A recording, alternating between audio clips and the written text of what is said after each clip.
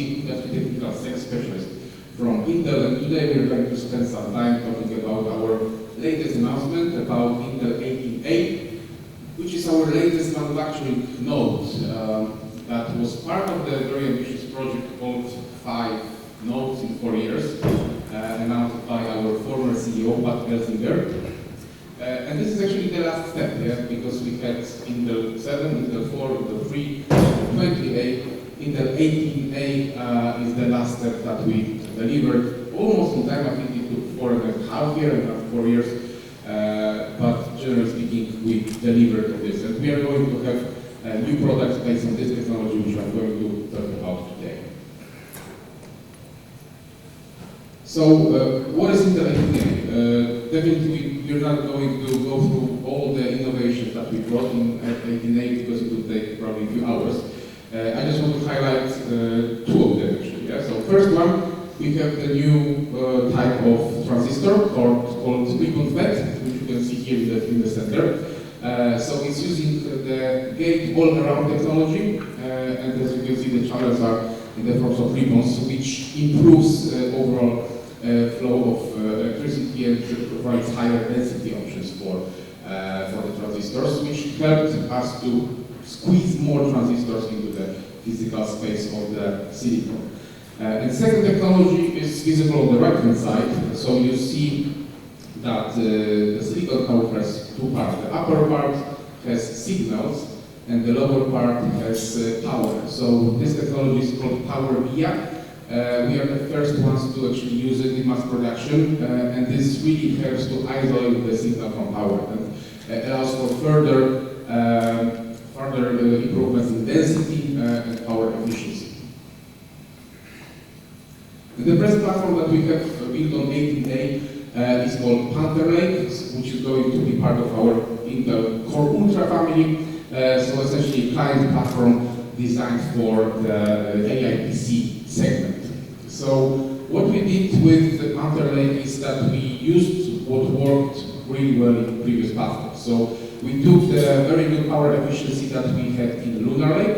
We took the performance improvements that we introduced in Arrow Lake family, brought those together, and the Panther Lake is the effect of that. Yeah? So we used the AP that we used in Lunar Lake and Arrow Lake. We used the advanced packaging technology, for example, using Foveros packaging technique. We separated the GPU from the compute die, and we did additional improvements to drive the power and efficiency. So one new thing that we introduced as well is the new core IP. So the architecture of the cores in Panther Lake is completely new. It was optimized to 18A manufacturing technology, and essentially delivers better performance and lower power. Yeah? So the eventual result of that is that we have better IPC, meaning instructions per clock. So basically, within 1 tick of the clock on the CPU, Panther Lake is available, capable of delivering more operations. Yeah? So you see the high-level architecture here. Of course, I'm not going to go through all the details here, but the basics are the same. Yeah? So we are still going to have the performance cores and efficient cores, and we are going to split the workload across those 2 types of cores, or actually even 3 types of cores, because efficient core has a standard efficient core and low power efficient core, which is even more efficient. And we call it the hybrid core strategy because those 3 types of cores are going to run in parallel. They're going to complement each other, and as a military, they are different types of soldiers. Yes, we have a sniper, we have Air Force, we have Navy. Same in Panther Lake cores, we have performance cores, which are designed for driving single-threaded performance and maximum output. We have the efficient cores driving multi-threaded performance and parallel workloads. And then we have also the low power E-core, which is driving the maximum efficiency. So depending on your focus, depending on the needs, depending on the platform behavior in a certain time, they are going to work as a team. And Thread Director is the technology that is the brain behind that. Yes, so Thread Director regulates and controls what is done where. Yeah? And depending on the platform needs, some tasks can be perform compute on performance cores, some of them on efficient cores, some of them on the low power efficient cores. And on top of CPUs, we also have so-called XPUs, so different types of processing units. Obviously, first one, GPU for the graphics. As you can see here, GPU consumes fairly large portion of the whole package and is responsible for the biggest computing power on the chip itself. It is scaled for larger configurations as well and optimized for delivering maximum output. And we also have NPU, of course, as in every AI PC platform, neural processing unit. We have a new generation of NPU in Panther Lake, NPU 5. This is going to be consistent across the stack, so all the SKUs of Panther Lake are going to use the same NPU, and it's optimized for efficiency. Yeah? So in the context of AI workloads, the NPU is possible for the workloads that are sustained, that are long-term, and they should be done in the most efficient way to work in the background, essentially.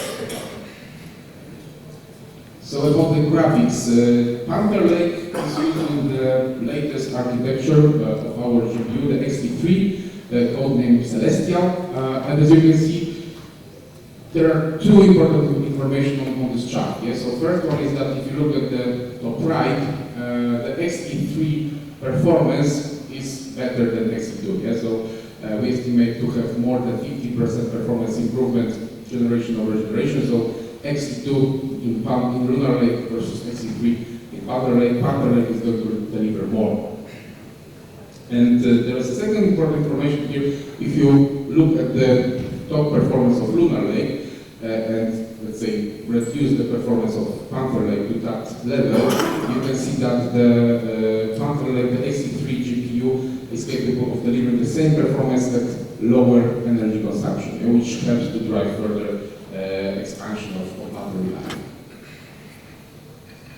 And equally important, NPU, as you can see, NPU is able to deliver up to 50 AI TOPS. Anyone remembers how many TOPS we had in Lunar Lake on NPU?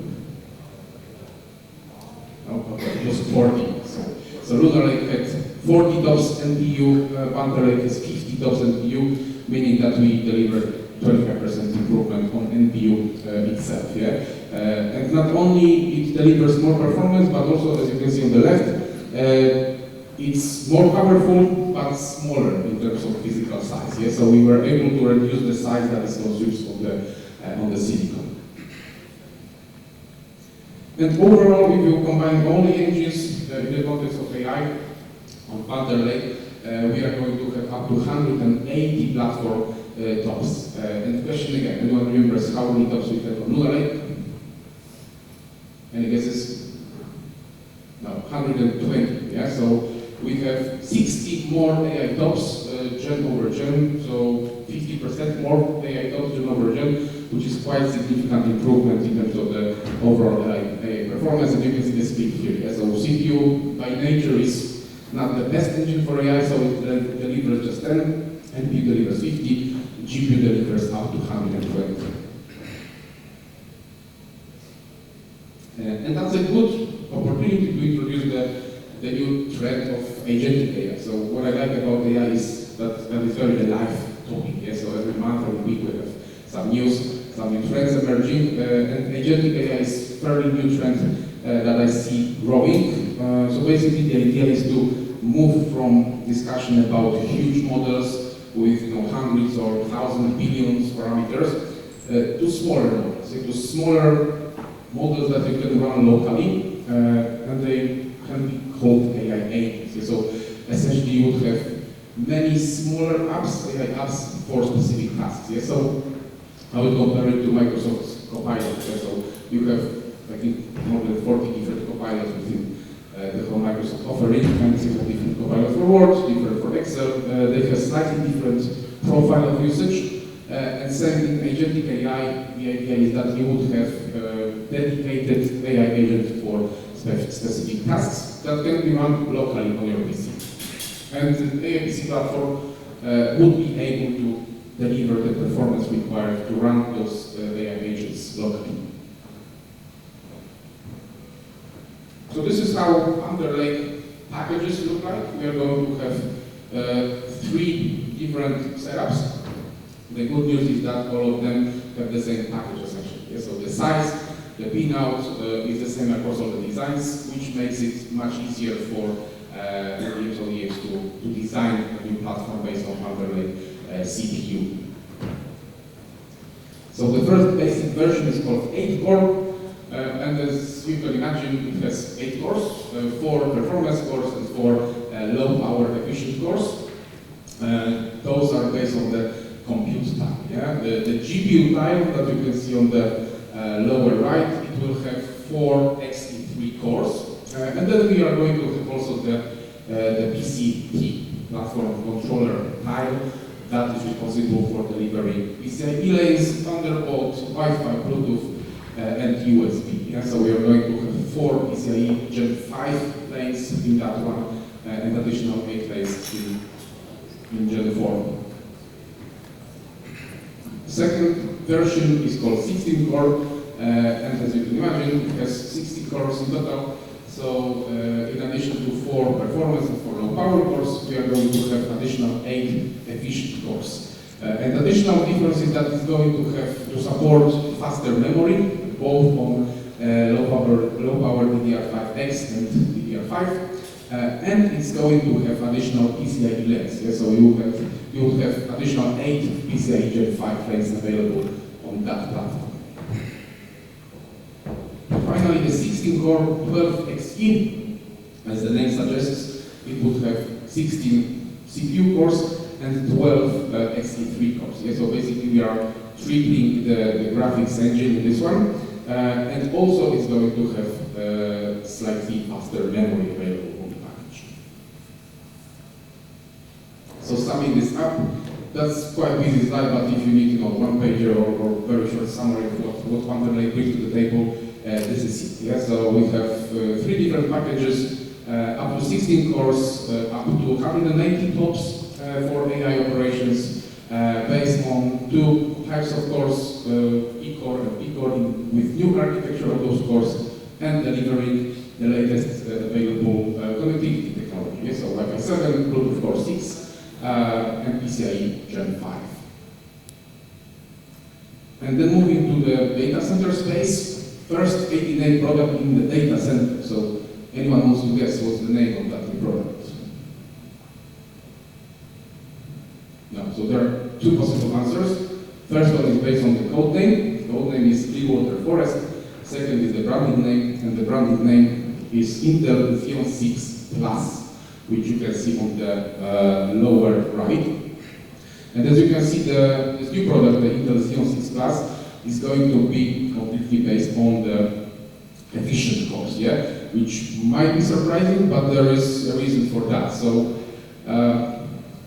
if we talk about the whole AI trends and going further, what challenges we are going to have with AI, there is one bottleneck that is not very commonly used during the discussion, because everyone talks about, okay, the memory might be bottleneck, the supply of the memory, the cost is high, yeah? But another very interesting challenge is the power, because AI requires a lot of power, and we have plenty of examples of that. So I read an article that Oracle is planning to build 3 nuclear plants to power their data center. Yeah? I also read that Microsoft has more GPUs that they can install because they don't have enough power. Yeah? And from my local neighborhood, from Poland, I read that the requests of the companies planning to build data center, the total power that they requested is exceeding the total production of electricity in Poland. Yeah? So electricity is going to be a big challenge. So it's becoming also more important to be efficient. And efficient cores provide the best performance per watt metrics. Yeah? So if you cannot bring more power to your data center, maybe you may get to consolidate, yeah, and to swap older platforms with new platform that will help you to consolidate your data center. And instead of using 8 racks, you would use one rack for the same operations that you are doing on some legacy platforms. So what you can find inside the Clearwater Forest, we are going to have 12 compute tiles, 3 active base tiles, 2 I/O tiles, and 12 emit tiles. Emit stands for embedded multi-die interconnect bridge. This helps to bring those small tiles together. Yeah? So this is fairly complex design, I would say. But the complex technologies require complex design. So Clearwater Forests will be able to deliver up to 288 cores with 576 megabytes of level 3 cache, 12 channels of DDR5 memory, up to 6 UPI links, so ultra-path interconnect, helping to connect the sockets, up to 96 lanes of PCIe Gen 5 per socket. And that's the core of the Clearwater Forest platform. Yeah, of course, it's going to be equipped also with the latest security technologies, so Intel Trust domain extensions, Intel software guard extensions, Intel Quick Assist for fast encryption and compression, and so on and so on. So the main market, as you can see here, is suggested telco, 5G cloud, but actually any enterprise customer that wants to consolidate, that wants to increase the density of the racks, might take advantage of Clearwater Forest. And again, in a nutshell, what you can find inside Xeon 6 Plus, up to 288 cores, 12 channel DDR5, 64 lanes of CXL, almost 600 megabytes of class level cache, and it's built on the 18A technology from Intel. Yeah? So we are going to have 2 main products based on 18A, Panther Lake for client, Clearwater Forest for data center, and that's it from my side. If you have any additional questions, I'm going to be around here for a while, so feel free to ask anything. Thank you very much.